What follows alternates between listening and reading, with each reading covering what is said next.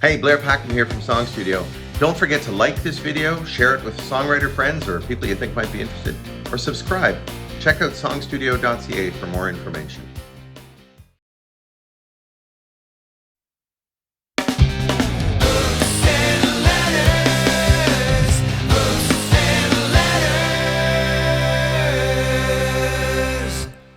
Here's another peek at what we did at Song Studio Online last August. Hope you enjoy. What about the streaming services? Do you know how to manipulate playlists and so forth on the various streaming services? We've had a pretty good run with playlists. The one thing that, I must admit, it's not something that I would necessarily be proud of doing anyway, and we don't really do it. But, certainly if we saw the opportunity, we probably would do it, is manipulating streams and things like that, because it just seems to be an unfair balance out there. It's, you're fighting it against a few things, which is the increased popularity of catalog amongst not only all listeners of an older generation, but now teens, tweens, teens, and 20-somethings. Yeah.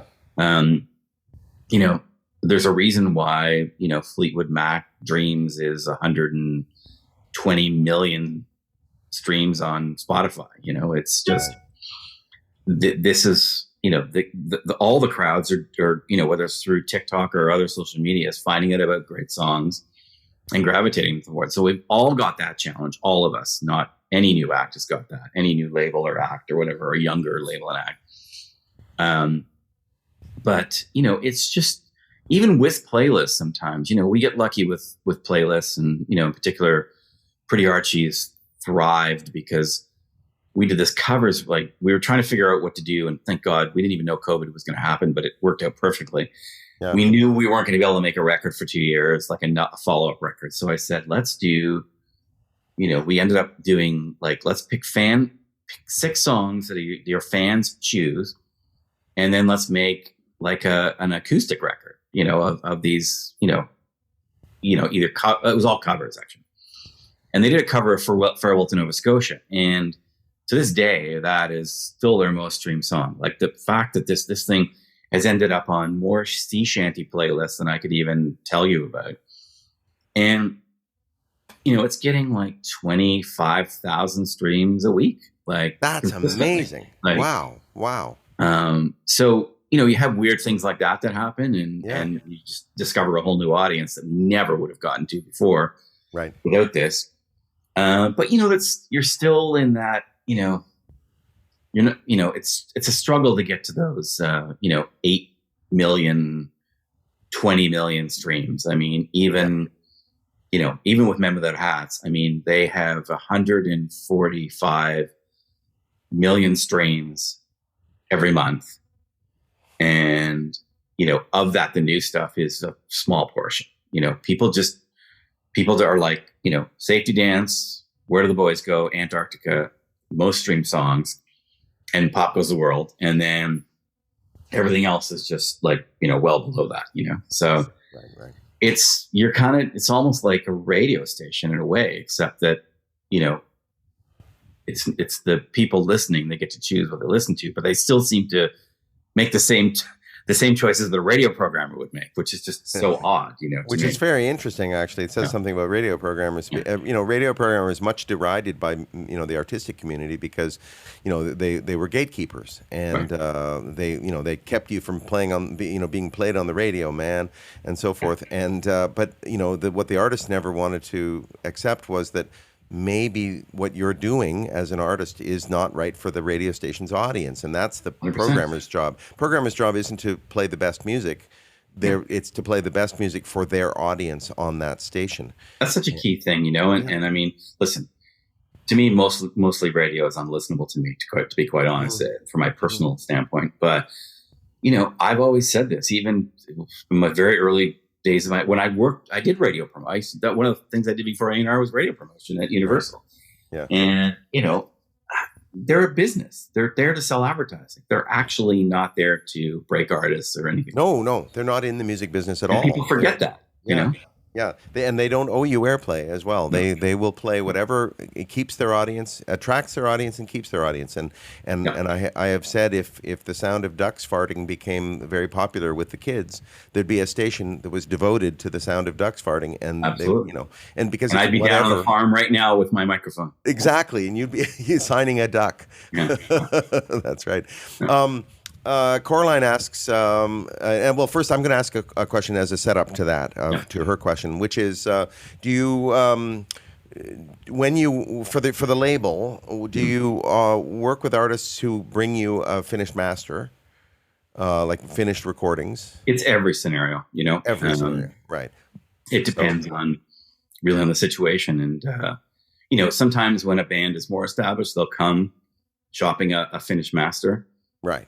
And I guess I've always been an involved A&R guy, but I'm also know when to stand back and when, people, it's funny, like I've worked with bands where, I literally, I've never produced a record, but I've come about as close as you can possibly get without actually being called a producer. Right. In some getting some the credit.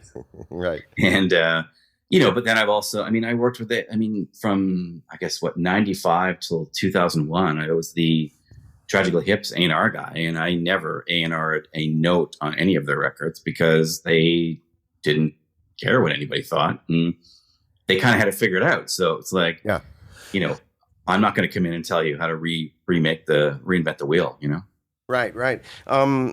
We've had Steve Waxman talk to us before, not at this particular week, but in the past. And Steve Waxman was for many years vice president of publicity at Warner Music Canada, and now he's a consultant. And but he emphasizes when he consults that the artist really has to know their story. They have to know who they are, and they have to have a strong vision. And if they're waiting for somebody else, a manager, a label, a producer, A&R person, to say to them, what you should do this, then their story isn't really that strong. And you'd agree with that? 100%. Yeah. So even though you didn't get a chance to sort of leave your mark on the Tragically Hip specifically with specific ideas, you appreciated the fact that their story was intact and they knew what it was. Yeah, and if not, then Jake would yell at me anyway. So that's right. Yeah. Good old Jake. Coraline's question, which I think dovetails with what we were just talking about. Do you have producers you work with? Can your artists choose their producers, studio musicians, etc.?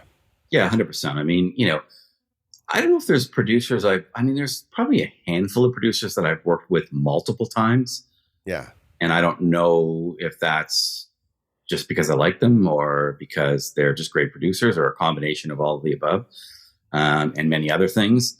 So yeah, I'm always open to working with any producers. Usually if it's some bands work with the same producer all the time, but yeah, I think, normally what we do if we're about to go into to make a record, and it's certainly a band that I have a relationship with already, we sit and we're like, okay, think about what bands out there, who's going to do this next record? First of all, what's this record going to sound like in your mind? And the classic one is, what bands do you guys love that you think you're the closest to, and who are they using to produce their records, right? Right. And sometimes you get super lucky. We got super lucky with Pretty Archie on their new record.